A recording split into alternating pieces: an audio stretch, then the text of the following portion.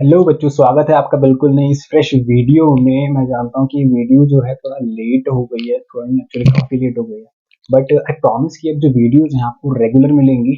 और मैंने सोचा है कि क्लास 10th के लिए जो अब नया हमारा इसका शुरुआत कर रहे हैं वीडियोज़ की, तो क्लास 10th के लिए एक सीरीज़ को स्टार्ट कर रहा हूँ, जिसमें मैं आपकी ये जो बुक है आपकी एनसीईआरटी के पास, मैं इस बुक को आपकी पूरी कवर कराऊँगा।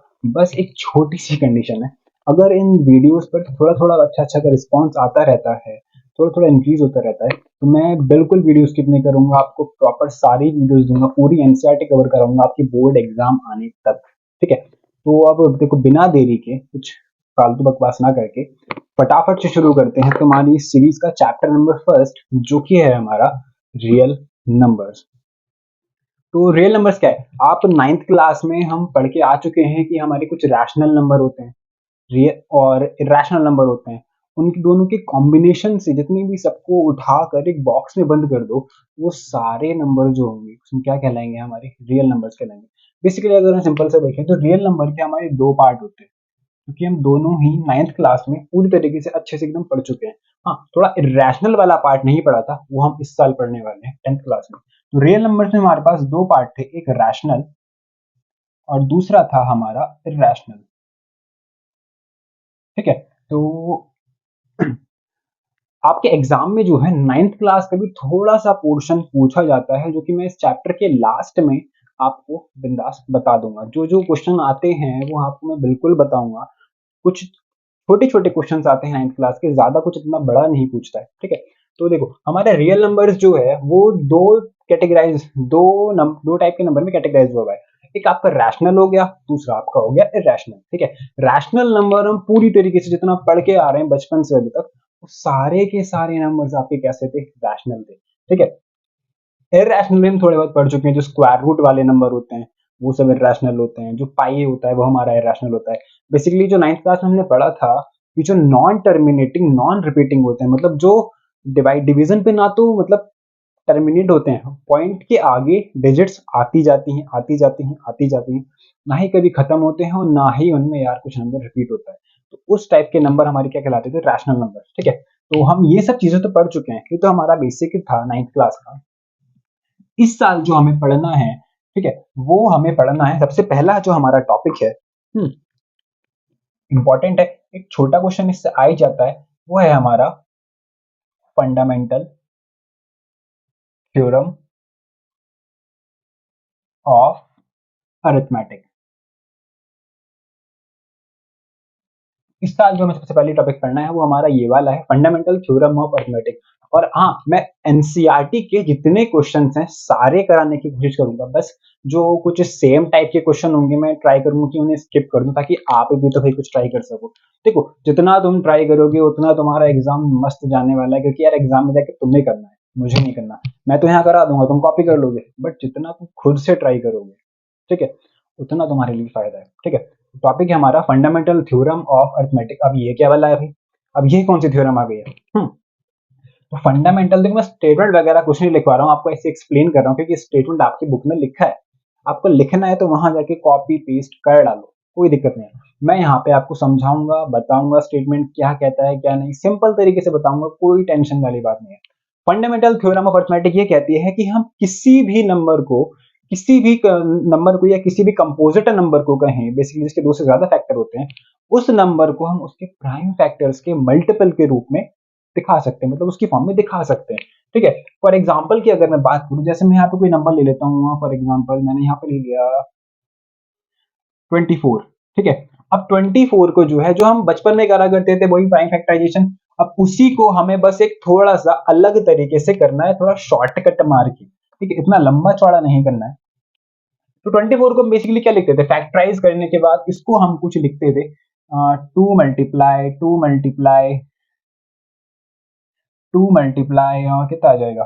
टू टू जा फोर, फोर टू जा एट, एट थ्री जा 24, कुछ ऐसे लिखते थे। अब इसको पावर में अगर मैं पैक कर दूं, तो ये बन जाएगा हमारा 2 to the power 3 and 3 to the power 1। तो ये 2 की पावर 3 और 3 की पावर 1 क्या है? ये हमारा 24 ही तो है यार। अगर मैं इसको खोलूंगा, 24 नहीं आ जाएगा? हाँ, ठीक है? तो इतना सा था आपका फंडामेंटल थ्योरम ऑफ अरिथमेटिक। क्या कहा इसमें, मैं दोबारा रिपीट कर देता हूँ। फंडामेंटल थ्योरम ऑफ अर्थमेटिक में ये कहा गया कि आप किसी भी कंपोजिट नंबर को उसके प्राइम फैक्टर के प्रोडक्ट के रूप में या प्रोडक्ट की फॉर्म में आप रिप्रेजेंट कर सकते हैं। और इस पहली आपकी एनसीईआरटी एक्सरसाइज में हमें टोटली यही करना है। इसका आपका एक क्वेश्चन एमसीक्यू आ जाता है या वेरी शॉर्ट आ सकता है, और कोई क्वेश्चन इससे आने की आपकी कोई उम्मीद नहीं होती है। एमसीक्यू आ सकता है, लेकिन हाँ आ जरूर जाता है। एक ना एक क्वेश्चन आपको देखने के लिए इसका जरूर मिल जाएगा। और इस चैप्टर में हम एचसीएफ और एलसीएम का कॉन्सेप्ट पढ़ने वाले हैं, वो भी हम इसी के बेसिस पे पढ़ेंगे। बहुत ध्यान से समझ लेना इसको, ठीक है। तो हमें बस क्या करना है, हमें पूरे चैप्टर के अंदर बस इस तरीके से नंबर मिलेंगे, हमें इस तरीके से उसको तोड़ के लिखना है। अब इसको थोड़ा और शॉर्ट करने के लिए मैं यहाँ पे कुछ आपको जनरल चीजें, मतलब जो नॉर्मल थोड़ा आपको हेल्प करेंगी वो बता रहा हूँ, तो वो प्लीज जरा भाई लोग आप नोट कर लेना यार। देखो, सबसे पहली बात, अगर किसी के भी लास्ट में एक जीरो आ जाए, एक अंडा आ जाए, तो क्या करना है, आंख बंद करके जो जीरो का नंबर है, जो जीरो के अलावा जो नंबर बचा हुआ है उसको ऐसे लिख दो, और जीरो की जगह आप 2 × 5 लगा दो वहां पर, और कुछ नहीं, ठीक है। लास्ट में अगर 2 जीरो आ जाते हैं तो क्या करना है भैया, तो आपको 2 की पावर 2 मल्टीप्लाई 5 की पावर 2 लगा देना है, ठीक है। ऐसे ही लास्ट में अगर 3 जीरो आ जाते हैं, आप खुद बता दोगे आप तो भैया 2 की पावर 3 और 5 की पावर 3 लगा देना है। ऐसे ही अगर लास्ट में 4 जीरो आएंगे तो 2 की पावर 4 5 की पावर 4 लगा देना है। दूसरी चीज, अगर आपका नंबर आ जाता है 1001 1001, तो कई बच्चे जो हैं, अगर आप इसको पहले से नहीं पढ़े होंगे नंबर को, तो एग्जाम में ढूंढते रह जाओगे भैया किससे डिवाइड होगा ये। तो इसको डायरेक्ट याद रख लेना कि ये नंबर का जो प्रोडक्ट या फिर ये प्राइम फैक्टराइजेशन आता है, वो आता है आपका 7 11 13 7 11 13 को मल्टीप्लाई में लिख दो, ये नंबर आ जाएंगे। और हाँ, थ्योरम में मैंने कहा था कि ये प्रोडक्ट जो आता है प्राइम फैक्टर्स का आता है, तो जितने भी यहाँ पर ये नंबर्स आएंगे ये आपके सभी के सभी कैसे होंगे, प्राइम होंगे। प्राइम नंबर बेसिकली जिसको नहीं पता, वो नंबर जिसके हमारे दो फैक्टर होते हैं। फॉर एग्जाम्पल जैसे कि 2 1 से डिवाइड होगा, 2 से डिवाइड होगा, दो फैक्टर से। 3 3 से डिवाइड होगा, 1 से डिवाइड होगा, दो फैक्टर से। 4 4 के भैया तीन फैक्टर्स हैं, 1 2 और 4, तो ये प्राइम नहीं है, ठीक है। दूसरी चीज, एक आपका नंबर आता है इसमें 1 2 3, ठीक है। इसका जो आपका बनता है वो क्या बनता है, बहुत बहुत सिंपल सा है जो बनता है, सिंपल याद रखना है। इसका बनेगा आपका 3 × 41, 3 × 41 जो होता है वो होता है आपका 1 2 3, ठीक है जी। दूसरी चीज, अब जो नंबर आने वाला है एक और जो आपको याद रखना है, उसको देख के आपके चेहरे पे जरूर मुस्कुराहट आ जाएगी। वो जो नंबर है वो है आपका 143 है। 143 का जो आपका फैक्टराइजेशन बनेगा वो बनता है आपका 11 × 13। 11 × 13 जो होता है वो होता है आपका 143। तो अगली बार 143 की जगह 11 × 3 बोलोगे। चलो छोड़ो। हाँ, तो इतना था इसमें फंडामेंटल थ्योरम और अरिथमेटिक में। फटाफट से एनसीईआरटी के जरा इसके बुक के आपके क्वेश्चंस को लपेटते हैं, बिल्कुल इजी होने वाले हैं, कोई प्रॉब्लम नहीं। मैं क्वेश्चन लिख नहीं रहा हूं, पढ़ देता हूं ऐसे ही बस, ठीक है। मैं ऐसे ही क्वेश्चन को पढ़ दूंगा, तो आप फटाफट से जरा देख लो एक बार। हाँ, तो देखते हैं। तो पहला जो आपका क्वेश्चन है वो है, express each number as a product of its prime factor. Exercise जो है वो आपकी मेंशन कर देता हूं, एक्सरसाइज है आपकी 1.1। आपको हर एक नंबर को जो है उसके प्राइम फैक्टर की फॉर्म में, प्रोडक्ट की फॉर्म में दिखाना है। तो पहला आ जाता है आपका 140। मैंने क्या कहा था, लास्ट में एक जीरो का मतलब क्या बच्चा, 2 और 5, तो 14 को छोड़ दो ऐसे ही, और जीरो की जगह आ जाएगा 2 × 5, ठीक है, नो प्रॉब्लम। 14 को मैं कह सकता हूं 2 × 7, ठीक है, सिंपल है। आगे का जो 2 5 था वो ऐसे ही आ जाएगा। अब मेरे पास दो 2 हैं तो भाई 2 की पावर 2, 2 की पावर 2। एक 5 है तो 5 की पावर 1, मल्टीप्लाई एक 7 है तो 7 की पावर 1। ये हमारा आंसर। बताओ क्या दिक्कत था भाई, इतना इजी सा कॉन्सेप्ट है यार। अगले क्वेश्चन पे आते हैं। अगला क्वेश्चन है हमारा 156। ये भी इजी है, बताओ किससे हो रहा है। साफ दिख रहा है लास्ट में भैया हमारे 6 है, किससे होगा, 2 से। या फिर देखो इजी थोड़ा सा और करने के लिए आप इसको 4 वगैरह से भी कर सकते हो, तो हम सीधे 4 से कर देते हैं। 4 मल्टीप्लाई 4 से 15 कितनी बार डिवाइड होगा, 4 से पहले आएगा 3 बार 12, कितना बचेगा, वहां बचेगा 3, 3 के आगे आगे लग जाएगा 6, 36 कितनी बार भैया, 9 बार। 4 को मैं कह सकता हूँ 2 की पावर 2, और 39 को मैं कह सकता हूँ 3 मल्टीप्लाई 13। खत्म, ये हमारा आंसर। बताओ कुछ दिक्कत, कुछ भारी है। अगले पे आ जाते हैं। थर्ड क्वेश्चन है हमारा, थर्ड क्वेश्चन है 3825, 3825। ये भी इजी, ये भी इजी है, कोई दिक्कत नहीं लेनी है। किससे हो रहा है, लास्ट में 5 है, लास्ट में 5 है तो पहले 5 से कर दो। 5 मल्टीप्लाई 5 से 35 आ जाएगा पहले 7 बार, कितना बचेगा 3, 3 के आगे 2, 32 कितनी बार हो जाएगा 6 बार, कितना बचेगा 2, 2 के आगे है 20 है कितनी बार 5 बार। दोबारा 5 से हो रहा है, 5 से कर दो। हम इस बार अब दोबारा 5 नहीं लिखेंगे, 5 की 5 पहले से लिखा हुआ है, 5 की पावर को इंक्रीज कर दो। 5 की पावर 2 मल्टीप्लाई 5 से कितनी बार हो रहा है, 1 बार। 2 बचेगा, 2 के आगे 6, 26 कितनी बार 5 बार, 1 बचा 3, 153। अब ये 153 किससे होगा, 3 से चेक कर लेते हैं, शायद 3 से हो जाए। तो 5 और 1 6, 6 प्लस 3 9, 9 आता है 3 की मैथ, ये भी आ जाएगा। 5 की पावर 2 मल्टीप्लाई 153, 3 से कर रहे हैं तो 3 मल्टीप्लाई ये आ जाएगा हमारे पास। या फिर देखो सिंपल बताऊं, हमारा इसको ऐड करके 9 आया तो हम इसको सीधे 9 से कर देते हैं। जब 9 से करेंगे तो 9 से आ जाएगा पहले 1 बार, 6 बचेगा 7 बार। 17, नाइस।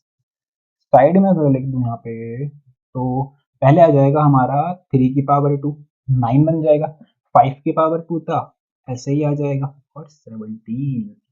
ठीक है, सिंपल, कुछ दिक्कत नहीं लेनी है।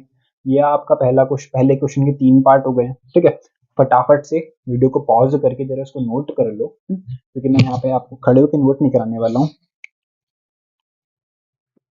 चलो भैया, चलो भैया नोट तो कर लिया होगा ना। हाँ, अगले क्वेश्चन पे आते हैं। अगला क्वेश्चन है हमारा फोर्थ वाला, 5005।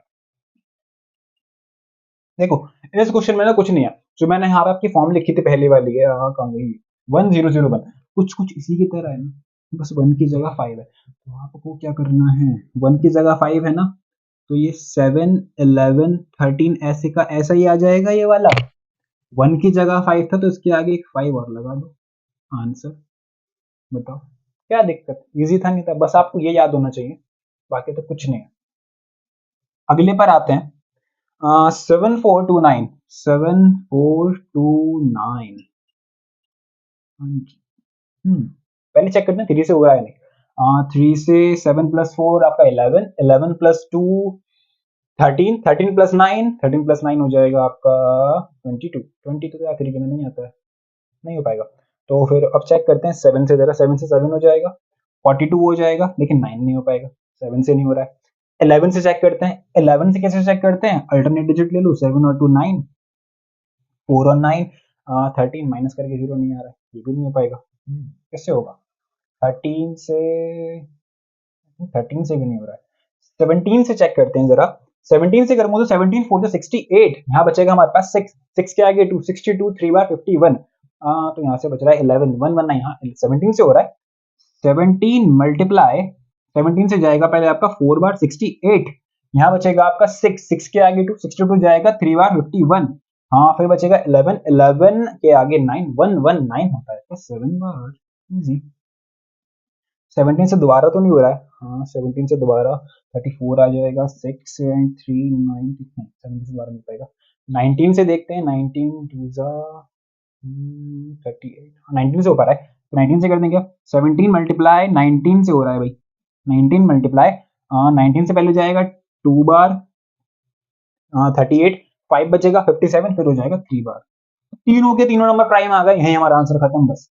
17 19 23 थोड़ा खतरनाक सा नंबर था, जिसको भाई टेबल याद नहीं होंगे इससे हो नहीं पाएगा जल्दी से, तो बेटा जरा टेबल को याद कर लेना अपने। पहला क्वेश्चन आपका इसी के साथ समाप्त होता है। ठीक है, अब इसके बाद जो हमें कॉन्सेप्ट पढ़ना है और प्रैक्टिस करेंगे, जो हमारे एचसीएफ एलसीएम वाले क्वेश्चन आएंगे बेसिकली वहां इनकी पूरी प्रैक्टिस हम कर डालेंगे। ठीक है, फटाफट से जरा उसको नोट कर लो। तो जो अभी के लिए इस वीडियो के अंदर इतना ही, और क्योंकि मैं चाहता हूँ कि वीडियो की लेंथ जो है ना वो थोड़ी ज्यादा लंबी ना हो, वो 10 से 15 मिनट के बिटवीन ही रहे, तो ताकि ज्यादा लंबी हो तो आपको देखने का मन भी नहीं करेगा। हाँ, और मैं सोच रहा हूँ कि हर एक टॉपिक की जो है वो एक सेपरेट वीडियो बन जाए, ताकि आपको अगर उसे बाद में भी देखना पड़े तो आप उसको इजीली देख पाओ। ऐसा ना हो कि आपको एक लंबी वीडियो देखनी पड़ रही है एक छोटा सा पर्टिकुलर टॉपिक पढ़ने के लिए। ठीक है, दूसरी चीज, या प्लीज ये वीडियो जो सीरीज चलने वाली है इसको ज्यादा से ज्यादा अपने दोस्तों में शेयर करें जिसको उसकी नीड है, उसको पहुंचाएं यार, ताकि मैं मुझे भी अंदर से थोड़ा कॉन्फिडेंस मिले और मैं अपने कंटेंट को और इम्प्रूव करूं, क्योंकि मैं वैसे भी अब करने ही वाला हूं। लेकिन यार प्लीज थोड़ा शेयर करोगे ना, तो मेरा भी थोड़ा कॉन्फिडेंस जो है वो बढ़ेगा और वीडियो को डालने का मन करेगा, बनाने का मन करेगा। ठीक है, अभी इस वीडियो में इतना ही है। हाँ, एक टॉपिक हम पढ़ चुके हैं, अब अगली वीडियो में जो है हम एचसीएफ और एलसीएम वाला कॉन्सेप्ट पढ़ने वाले हैं, और ट्राई करूंगा कि इस पूरे कॉन्सेप्ट को एक ही वीडियो में निपटा दिया जाए क्वेश्चन, क्योंकि वो अब हम बेसिक समझ चुके हैं, तो उसमें आपको कोई दिक्कत नहीं आने वाली है एचसीएफ और एलसीएम में। ठीक है, तो अब अभी के लिए इतना ही। पूरी वीडियो आपने देख चुकी है, फटाफट से जाके इसका आप प्रैक्टिस करना शुरू कर दो, अपने क्वेश्चंस देखो, साइड बुक में देखो और इसकी प्रैक्टिस दबा के लगा डालो। ठीक है, थैंक्स फॉर वॉचिंग, और अगली वीडियो के लिए स्टे ट्यून।